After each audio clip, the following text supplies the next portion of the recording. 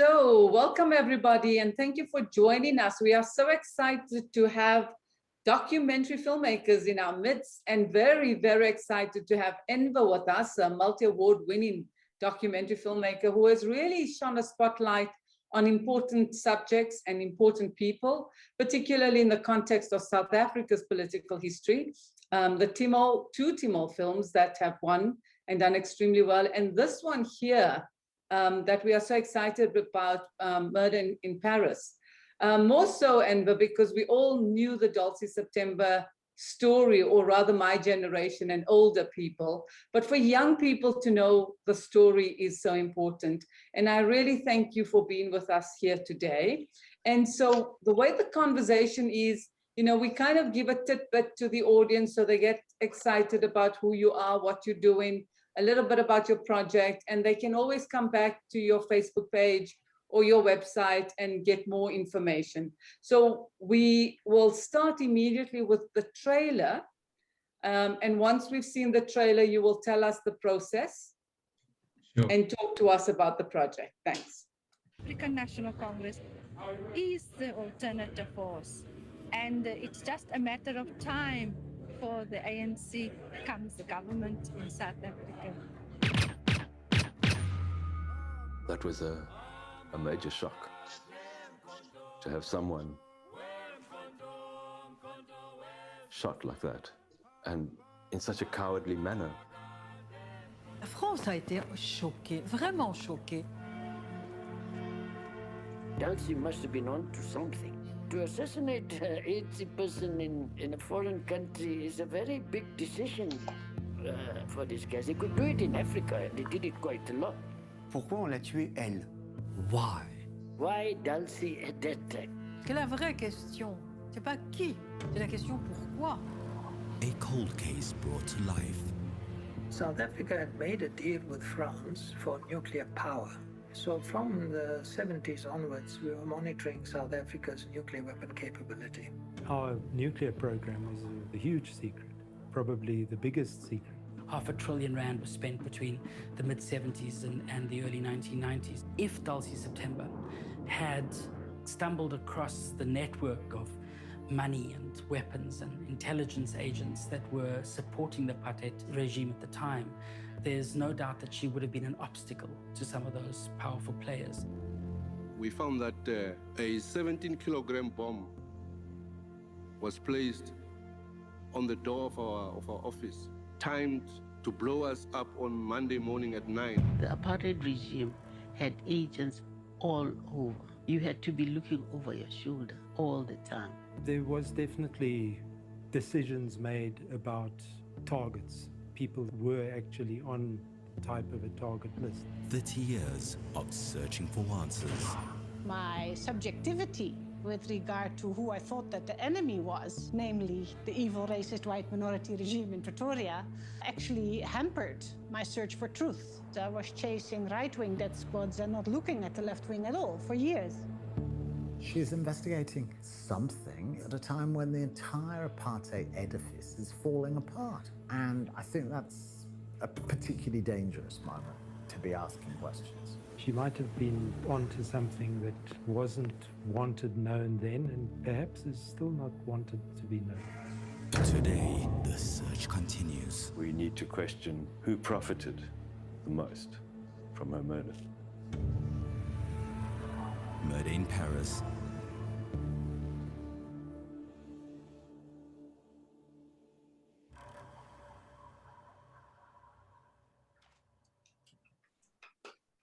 Thank you. Thank you.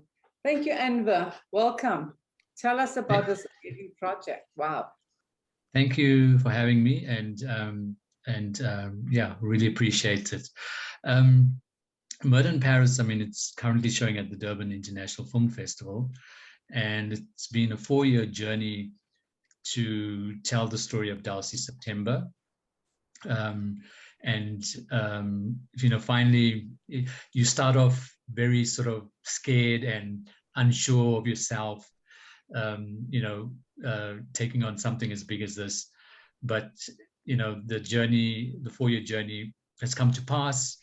The documentary's been made, and we are hoping that the impact campaign that's connected to the documentary will succeed in getting justice for Dulcie, because ultimately that's what the family wants. They want some sort of restorative justice for their loved one. So we're hoping that this can be a vehicle to stimulate that kind of debate, and it's been doing that to a certain extent quite well. Since its first festival run at Encounters. It now, we have a petition attached to it, which you can see currently on the screen. And we're trying to get to 1,000. Once we have the petition ready to be sent to the French lawyers working on the case for Dulcie September, to help bolster the application to the French court. They're also using clips from the documentary in the court. So in terms of trying to connect the documentary to social impact, this documentary is succeeding quite well in doing that.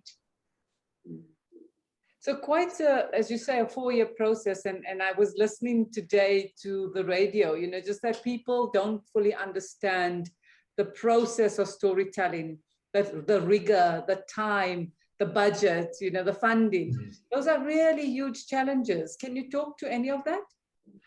Yeah, I think it's the kind of like the albatross on the back that the documentary filmmaker has to like, it's part, for some reason in South Africa, it seems to be part and parcel of your life, that you have to struggle to make a documentary. I don't know why that is, but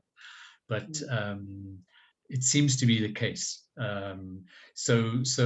I perseverance, belief in the project, and sacrifice. I mean, I had to sacrifice quite a lot to do it. But all these institutions geared up to funding, at least they work in South Africa. They work in small little bits, but they steadily build up to something concrete, like the National Film and Video Foundation, Gauteng Film Commission. They do assist, but it's still a struggle. I mean, like, to kick this project off, I had to self-fund it in the beginning, and that's where the belief comes. You have to believe in what you're doing. And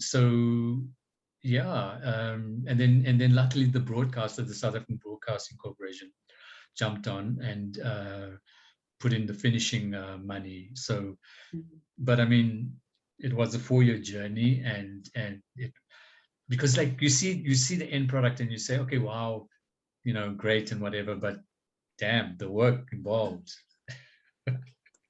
Absolutely. And then people think, well, even if it's this huge budget, they think you're using that budget, in a month. Yeah. They don't understand it's a 4-year process. They don't understand all the people that go with it. So I want to come to you, Cindy. You're sitting in Uganda, you teach film, you've done your PhD. So you got some of that kind of knowledge. And here you are deciding to tell your own story, to pitch something which I think is very interesting, called The Handshake.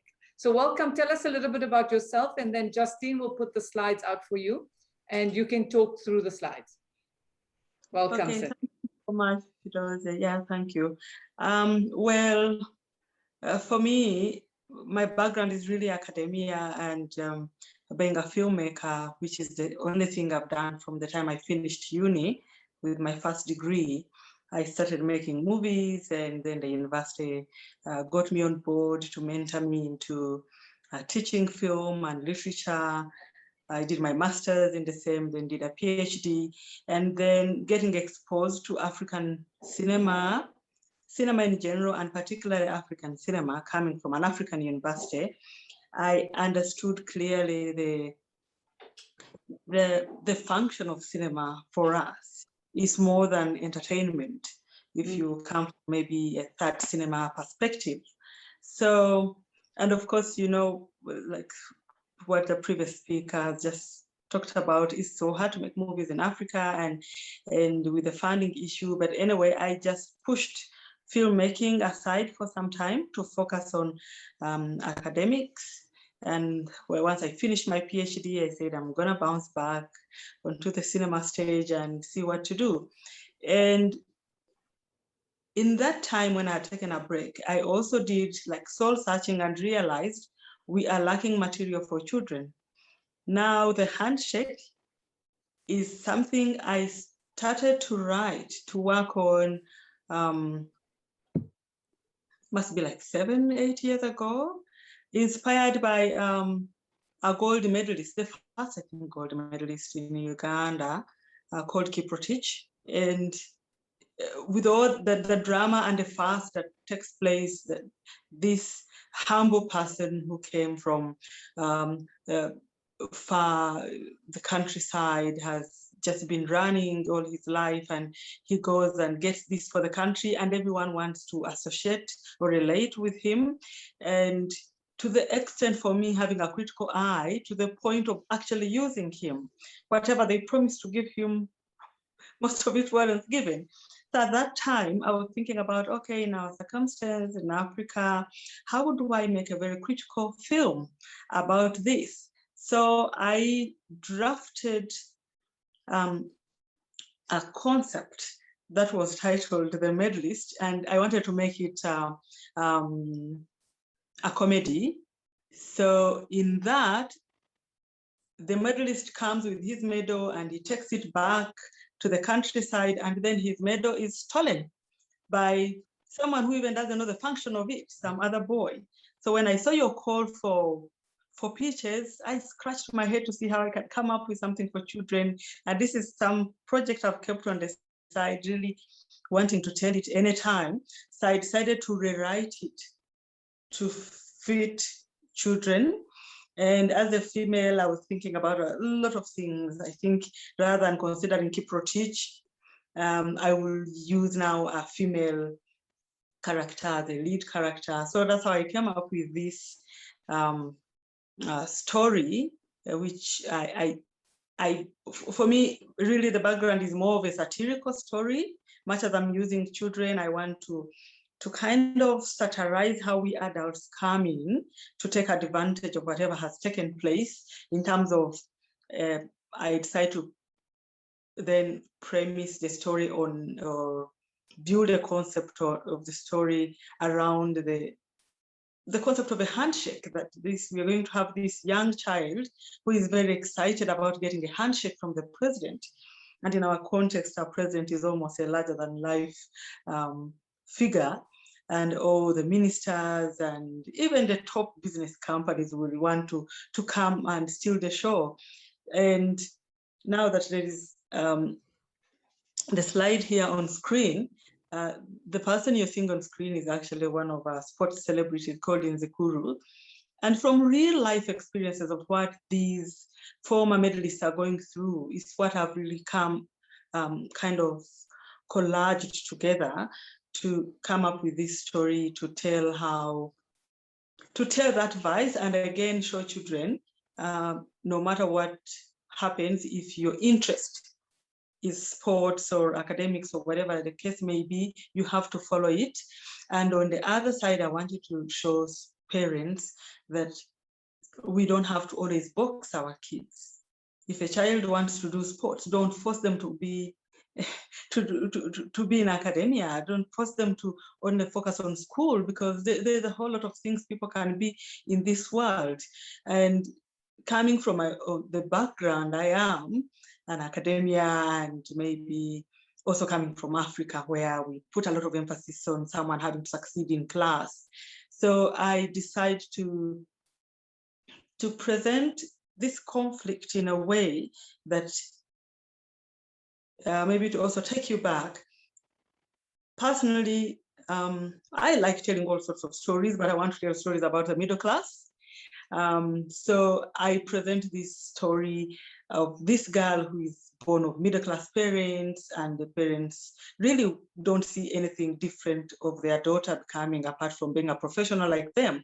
And the girl, when she asks them, okay, I want to run, and they don't encourage her, they discourage her so badly, then her performance declines. So when her performance declines, Aguma, who is my main character in here, when her performance declined, they decided then to support her, to take her to the boot camp, to train for the Olympics. The girl is really aiming higher because her motivation is to get that handshake, where I derive my title from. She wants to get that handshake. She wants to become a celebrity. And when she reaches there, because she's about 15 years old, when she reaches the training camp, she interacts with these former celebrities or the former medalists she's just heard about, and she's having now a chance to meet. She comes face to face with them and learns that actually what she's seen on TV and in newspapers is not the life that these people are living. She's extremely disappointed, and she decides to abandon it altogether and goes back home. And by the time she goes back home, the parents now are into it. You know, they are successful middle-class family. They just can't stand to see their daughter failing. You left school, you went to the training camp, and you've not completed this. You must participate in the Olympics. You have the upcoming Olympics. You have this chance, so please continue. And the girl doesn't want to go back. And fortunately for her, for my main character, at the boot camp, they can't find anyone as committed as her. So they have to come look for her to go back and participate. And she puts a condition because she's about 15 years old, very critical, she can understand things. She tells them, do you know what? If I'm going to participate in these Olympics, I want to meet the president first and tell him, we people who go and present this country, market our country, work hard for this country, as represented by these former medalists, are not getting that. And they tell her, you know, you can't get that unless, because the president won't have interest in meeting you. He wants to meet people at that level. So she says, anyway, so that one becomes her motivation to go back.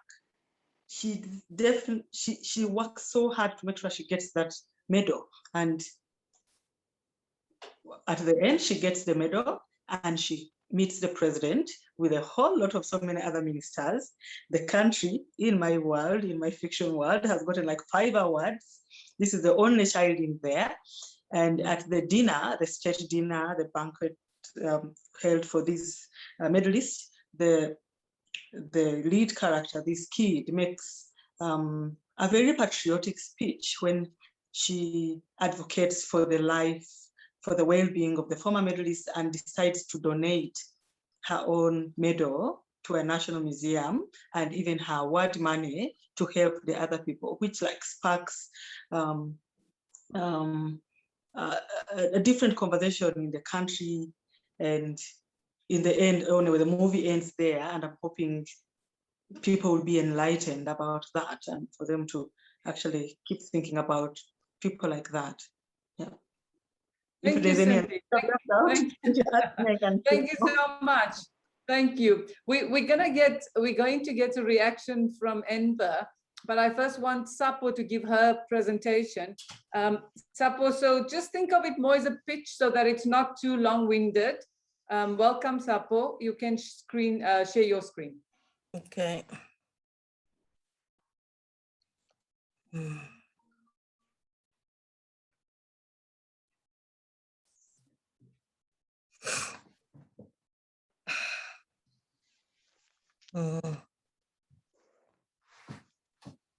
Okay, so the film, the title is Since 2020, a COVID-19 film. It's a docudrama, and it runs, it's a very short film. It runs for 15 minutes.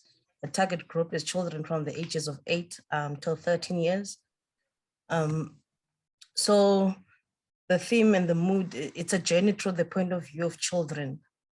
Children playing a role into bettering their environment, and children adapting to COVID-19 rules and regulation. The whole film will be in children's voices, and the cast will only be children. So the leg line is a school project that made Sake and his friends become brave boys in their community. The project that he got from school was titled One Good Deed. Okay, so the synopsis. So Sake is a 10-year-old boy from Side B, Kailicha, Cape Town, He loves playing soccer with his friends in the streets of Side B, but in Side B, in almost every street, the drains are blocked. So one day, Sake's friends get sick and ends up in hospital. The Griffith boys work together with Sake in his assignment during lockdown. On his one good deed assignment, and the good deed was unblocking the drain, trying to get help from the municipality. But because it's locked down, they had to go up and down the offices, being told that the people, officials are working from home and they're not getting any help, and they go to securities. They think that they just kid and they're kidding around, they're playing. So Sake and his friends do it with their family. They get their families together in the street and clean the street and block the drain. So after lockdown, he comes to school. To his surprise, the teacher doesn't enter, but a substitute teacher comes, and then they are told that the teacher had passed away because of COVID-19. So there will be cinematic tracking shots in the eye levels of the children. So everything you see in the film will be at the point of view of the children. There will be dialogues between the kids. The conversation they have together will be heard. So the importance of the film, it's because the film tells real stories. It has real characters. It has raw and rich images of the township, small boys doing what they think is right. There's authentic stories being told. I'll also be teaching the kids filmmaking through cell phones. So I'll take them step by step from writing. They'll be the process. They'll know the process from writing, from shooting, and to editing. So they'll be part of everything. So the advantages of the process of making the film, it will be bring out raw characters from young children. It will the boys will have a new focus now from everything that they do. They'll have the film to focus on. They'll have the opportunity to learn media and filmmaking skills.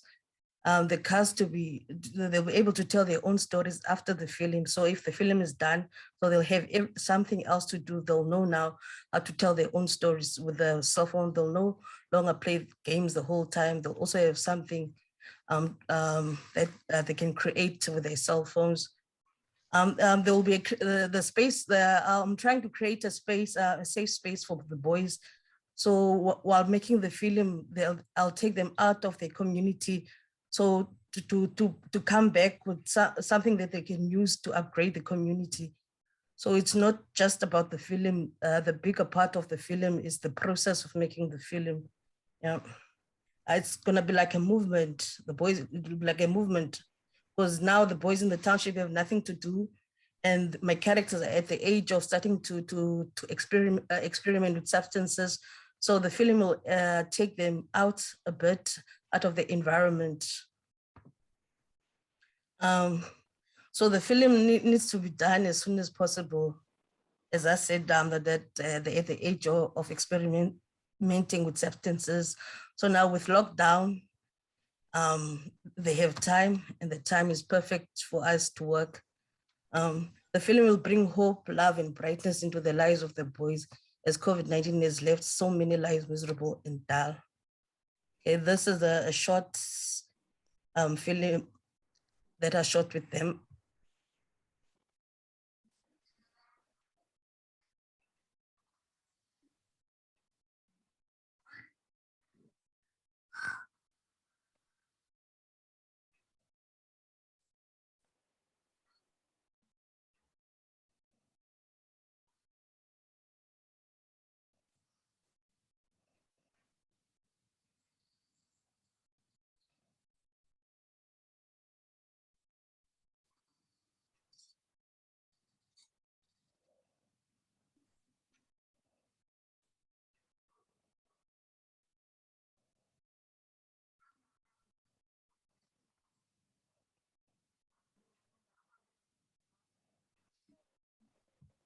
Yes, thank you very much. That's it from me.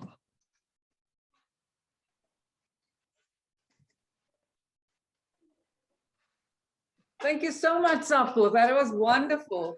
So I wanted to tell you, Enver, this is what we're doing as part of the Nelson Mandela Children's Film Festival. We called for films for pitching, really.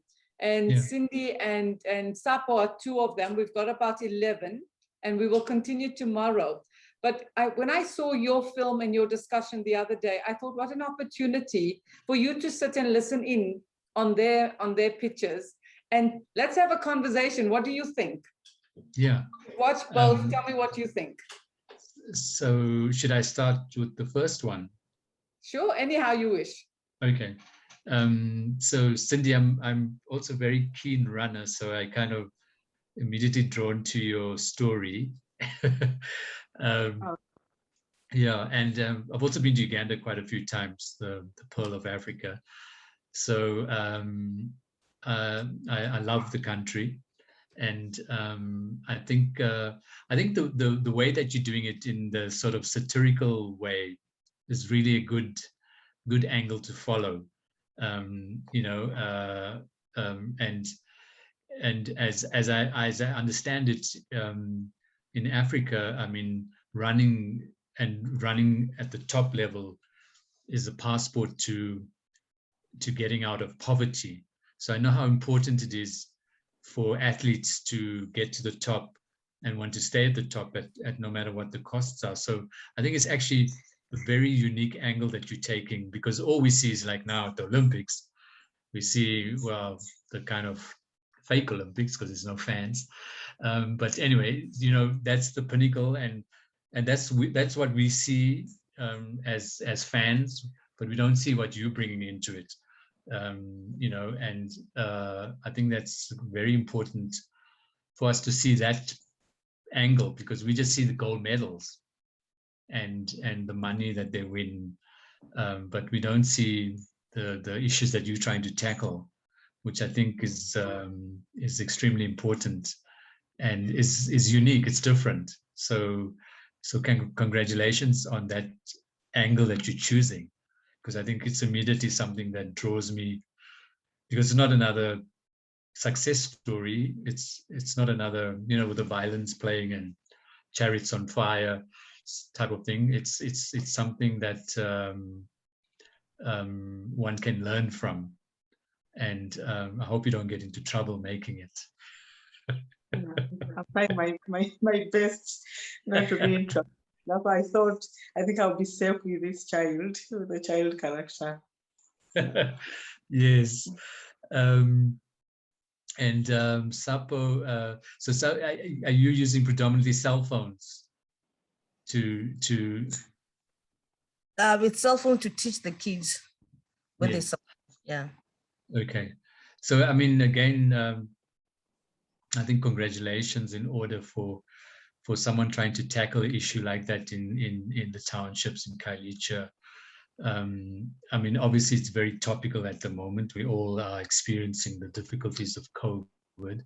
So I would just maybe ask you about consent, because working with children and recording children has become quite a tricky issue today.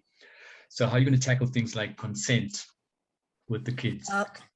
I've already gone to the parents that don't stay very far from, because I grew up in Khayelitsha. I don't stay there anymore, but I grew up, most of the kids are in the same street. So I've been with their mom. I know their mommies. Some of their mommies were my childhood friends. So consent is very easy to get. So I've already got, because I was shooting with them this weekend already, and everybody's excited and everybody was happy that the street got clean, because we did, by shooting that already, one street got clean. Yeah. And then again, like everything we exposed to now with COVID on the television, it's kind of from an adult point of view in the news, in the hard news reports. So we don't actually see that COVID through the point of view of children. So I think that's really an interesting way to give exposure to it. because I mean, obviously children are affected by it, you know, just as we are, but it's at a totally different level, you know, their experience of it. So I think it's refreshing that you're positing your documentary through the POV of children.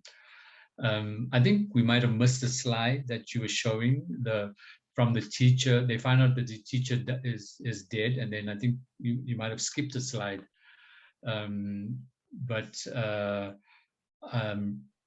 You know, and I see your budget is under 20,000 Rand.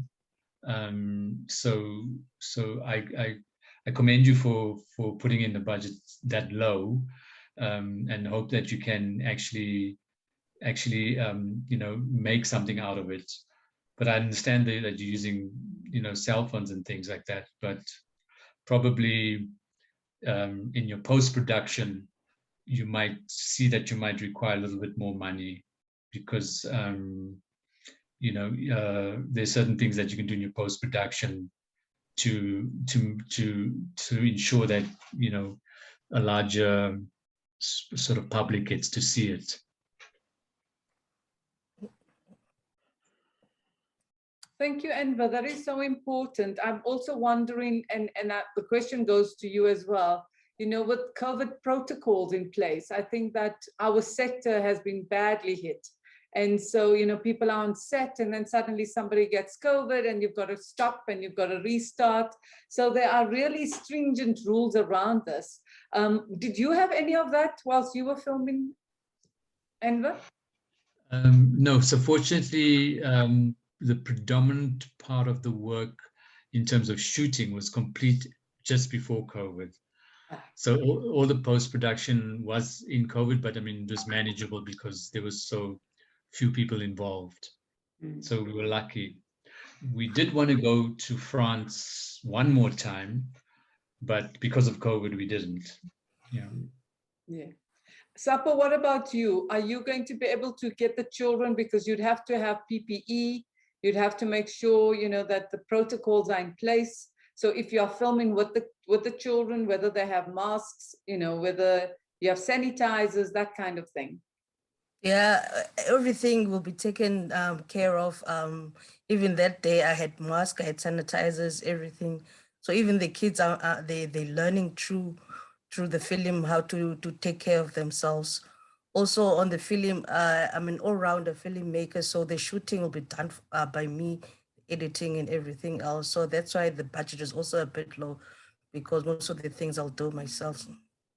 Yeah, yes, and I know you. I know the work you've done, and I know how you work with a limited budget. So I have no concern about your budget. I know you're going to be able to do it within that budget. What we're trying to do is to get the budget for you, which is partly while we're doing the pitching. So Cindy, I wanted to come to you because your budget was at 500,000 euro. And I wondered whether that wasn't, you know, quite a large sum. Even in South Africa, that's a lot of money. So I'm interested to see where you think you might get funding from. You're on mute. You're on mute, Cindy. Yeah. Sorry about that. To be honest, I didn't even think about where I'll be getting that money from, but I was thinking about making something really nice. And like I told you, this film is going to be a docudrama. So I was thinking about having to buy a lot of footage, a lot of rights for footage from these sports events, because like my lead character will be a person we will see in most cases having in montages, looking at these real footage of sports events. And I thought that would really kind of cost a lot. And but also things are really becoming expensive. If you want to get a good camera to hire, and if you're going to get like international co-producers, you're going to get people you're working with coming from different countries all together. I wasn't really thinking local. I wasn't thinking only Ugandan.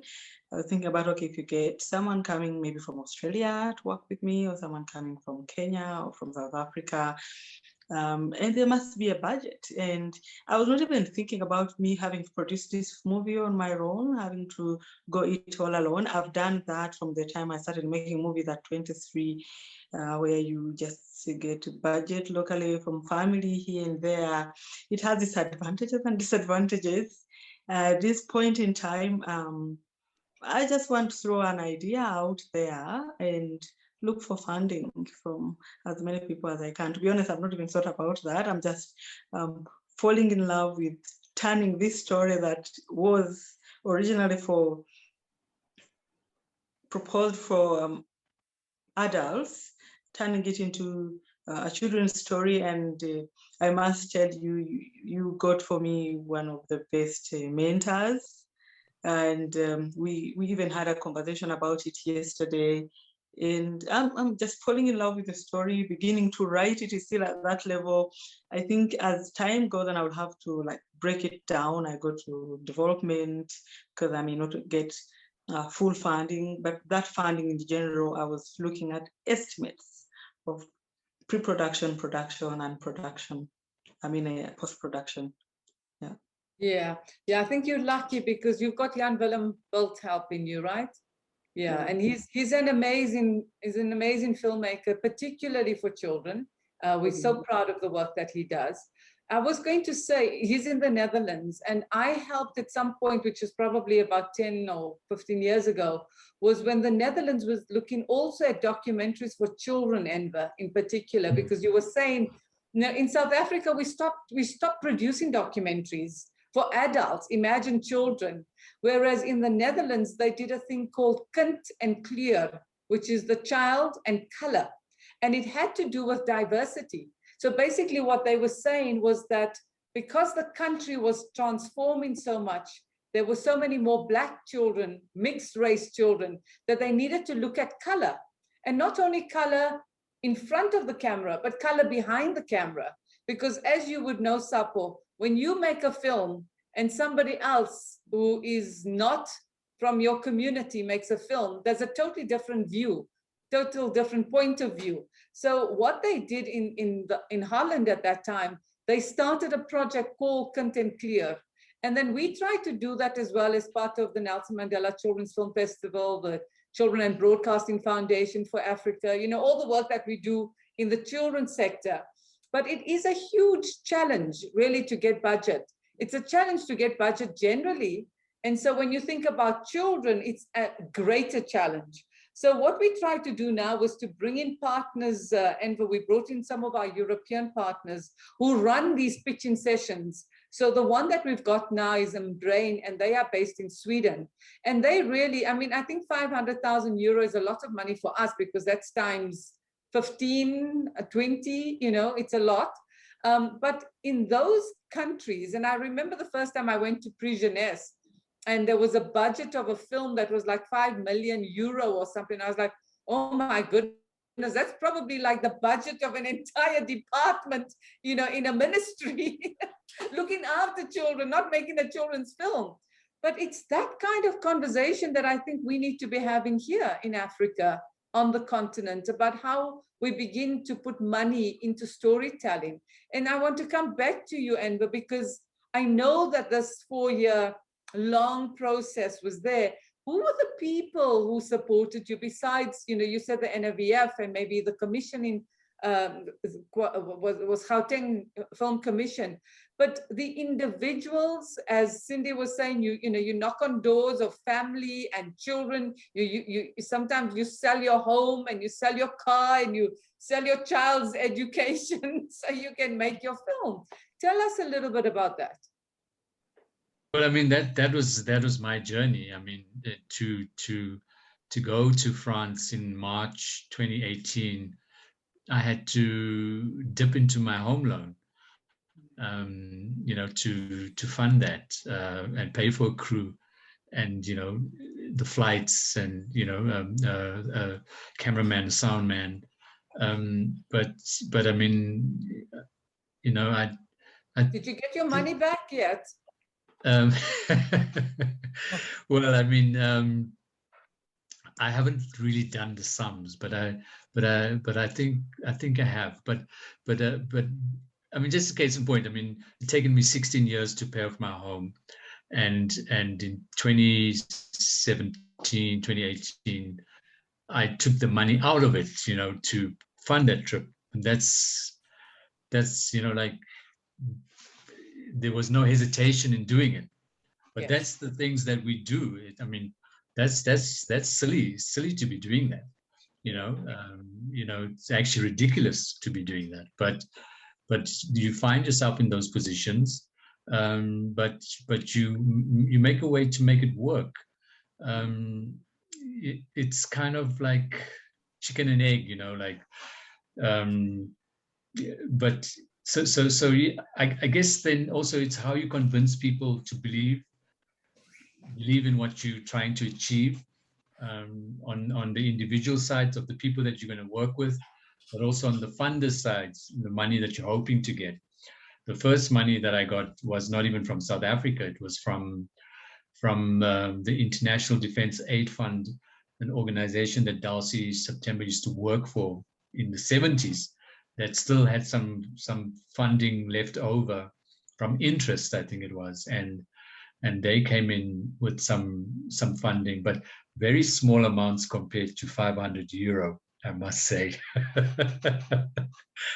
Yeah. And you yes. know, and I think that's also part of the conversation. And please, Sapo and Cindy, you know, just add your voice. I know sometimes the conversation is also the expectation that because you're in Africa, it should be cheaper. What people don't understand is that precisely because you're in Africa, it is more expensive, because we're not working in Rand, as in South African Rand, but you're actually working in US dollars. Because you go to Uganda and people are talking about $1 rate to rent a hotel room. You know, we work in Nigeria. I can pay $100 maybe in South Africa, but when I go to Nigeria, it's $300 for a room. You know, so it's those huge, you know, just big changes and the expectations around that, which is really difficult. How is it, Cindy, for you in Uganda? And you're in Kampala, I would say. Yes. Or are you out of, yes. What would you, just as a general kind of guesstimation, things like equipment hire, etc.? I must say I've been away for 4 years, and I just came back to Kampala, I think, in April. And before I came back, I had to do like my market research to find out what is the cost of equipment hire, what kind of equipment do we have in the country. Most of the equipment is even gotten from Kenya, from Nairobi, at dollar rates. And here, like to get a RAID camera, you would have to pay like maybe $400 per day. And things are actually more expensive, and sometimes you even get stuck. You may have the money, you don't have the equipment. And I was thinking, gone are the times when we were making movies as personally, to speak from a personal point of view, as a student, as a young girl, you're making movies using camcorders, and you manage to get your movie to DSTV, the South African channel MalChoice, and you get some dollars there, and you take your movie to a cinema here. I was thinking, I think we have to really outgrow that, really make movies with the best that you can, because this is a piece of art, outlives you. Yeah, outlives you for so many years in future. When we are all gone, your movie will be there. So it's better you give it the best. Make the story good. Of course, this is the first thing. The most important thing is the story, but how it pans out. So things are extremely expensive, and with technology changing, there are a lot of changes. I was in Australia wondering, how do I buy a camera? Okay, it may not be able to make my movie, but I can make documentaries, you know. And I was being told, okay, you're going to buy this camera, but in the next 1 year, things will have changed. You look at the money you're putting in to buy that camera. Will you be able to get it? Will you rent it to some people? Okay, is it better that you rent? Or if you prefer to rent, where are you going to get the budget for that? Even to get a very good camera person here to pay, they earn $300 a day. in Uganda, $300 a day, and you go to the other option that is not costing that much. They're not going to do for you good work. So it's really expensive. Though I must say, like I said, this was my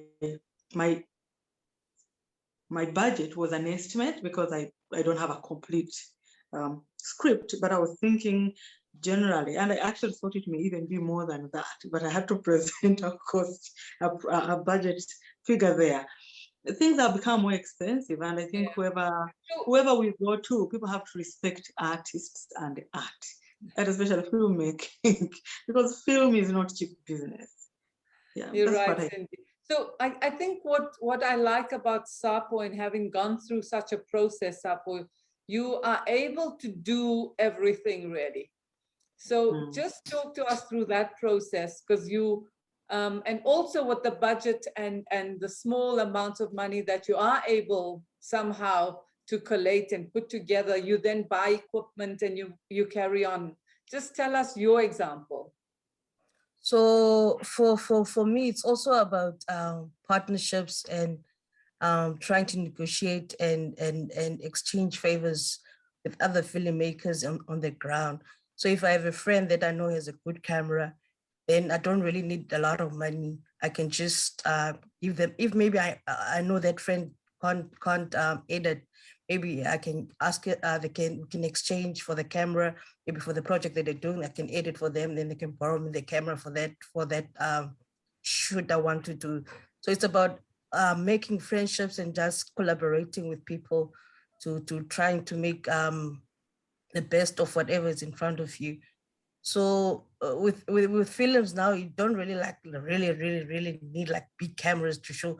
The best thing that you can have is if the content is good, then the film will always be good. So we do need good cameras, but if there's no good camera and there's no money, you still can make that film.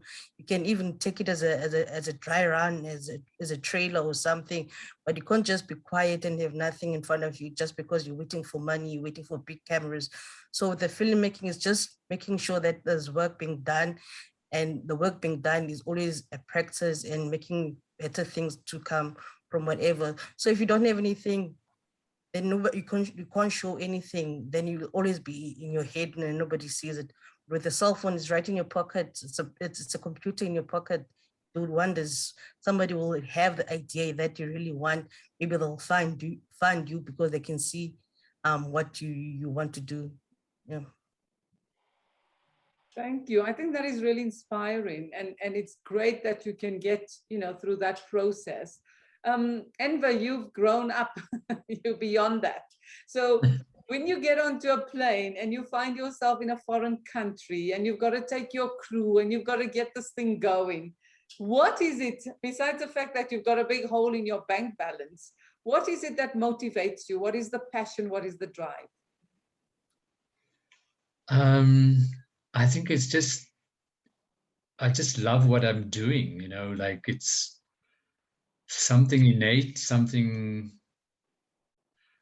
becoming like a calling. I don't know, but it's something, because I wouldn't want to be doing it if I didn't enjoy what I'm doing. So I'm just driven by that passion to work in this medium and to try and do the best that I can in it. With stories like Dalsi September and the story of Ahmed Timol, I guess it's trying to kind of, for me, give more recognition to unsung heroes and heroines of our liberation struggle. It's kind of something that is driving me, and I don't see myself stopping. So yeah, but it's got to be something that you want to do, and not you don't just do it because it's a whim or anything like that, but it's something that you passionately believe in, is something that you can and you can follow through. You can't just start it and then drop it. You can't mess around with the families of the people that you're trying to portray. So yeah, it's a delicate balance, but it's something that actually starts to possess you and take over your life. But I'm resigned to that. So that's why you need the running and the climbing and the other ways of expanding the energy Yes. and bringing it back again. Usually when we come to the end, believe it or not, towards the end of the show, we ask people to tell us, because this is the F show. So tell us what F means for you.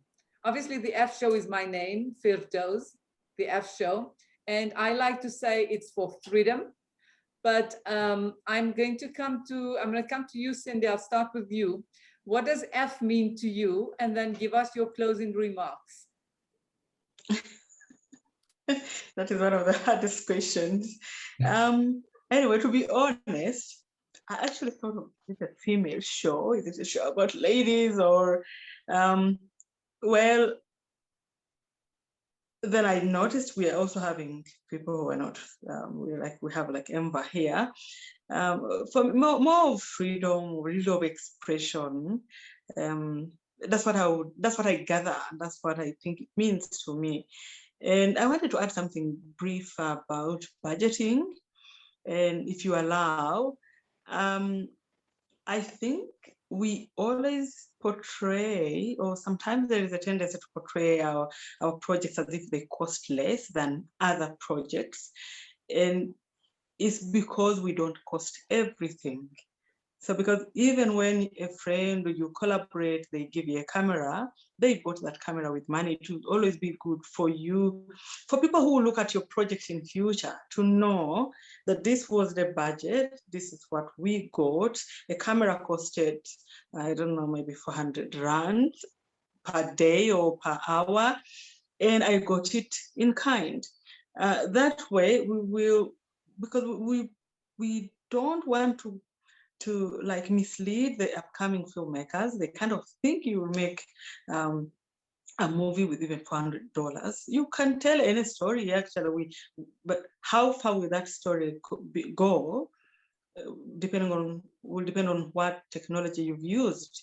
So collaborations are good, but it's always good. Like this one goes to my sister Safo. You budget for it, and you can say in cash, this is what we practically need to achieve this. And it being maybe a short film, and these are kids of her friends, it's very easy to do that. But maybe you also value their time.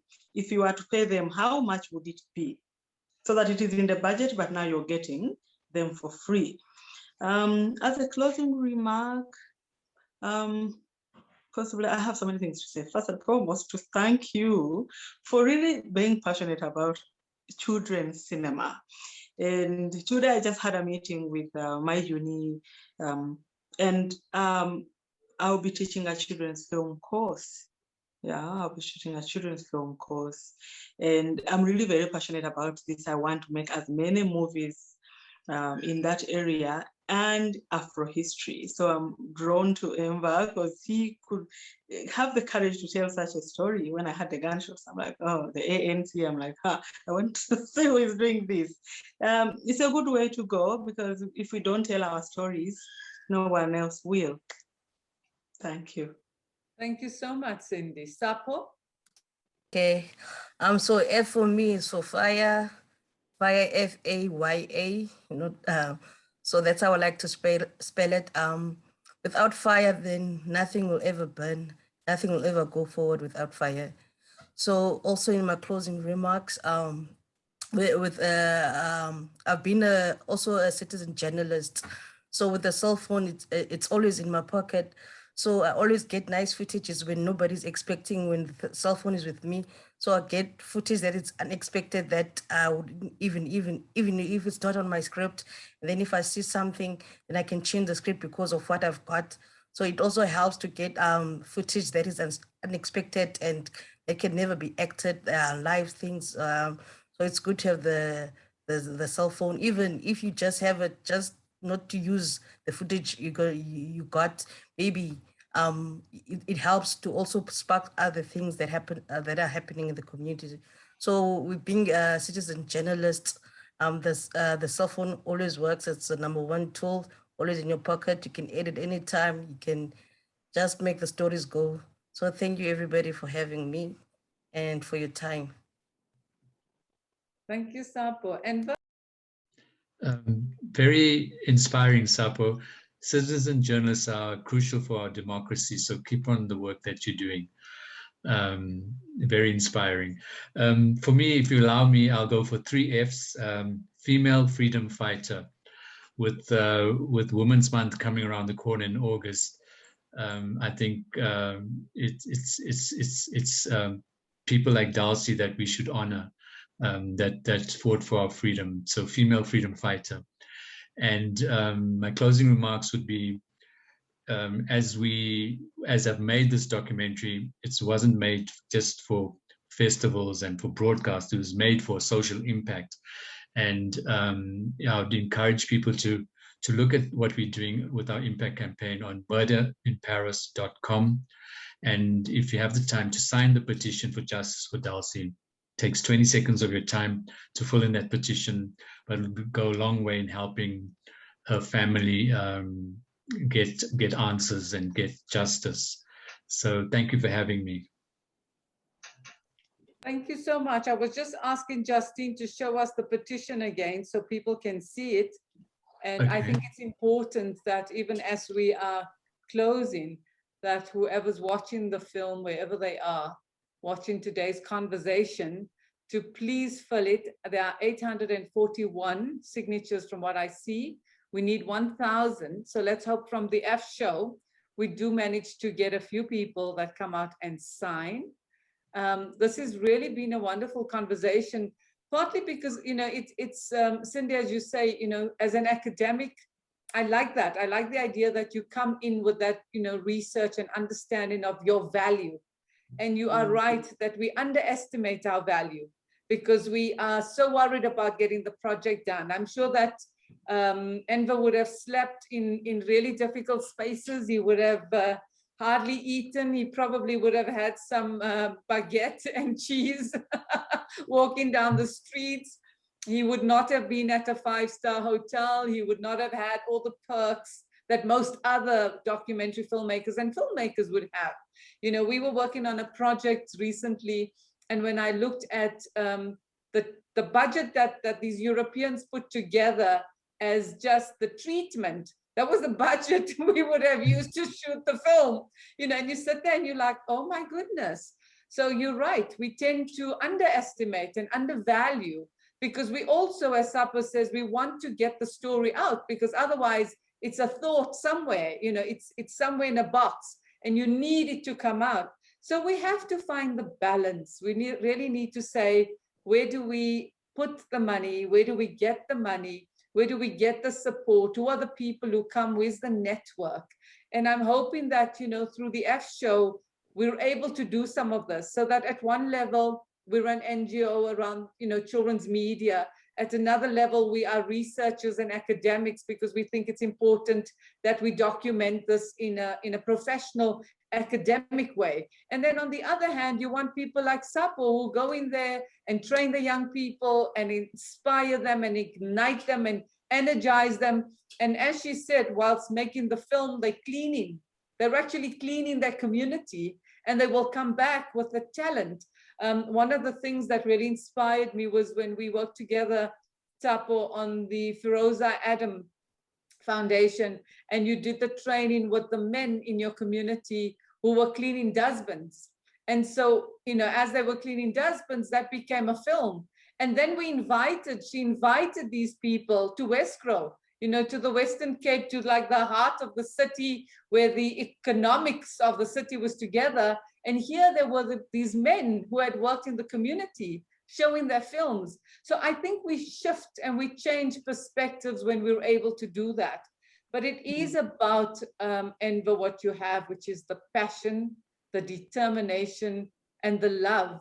Because just with the budget, we don't necessarily get what we want if we don't have the passion and the dying desire to go out there.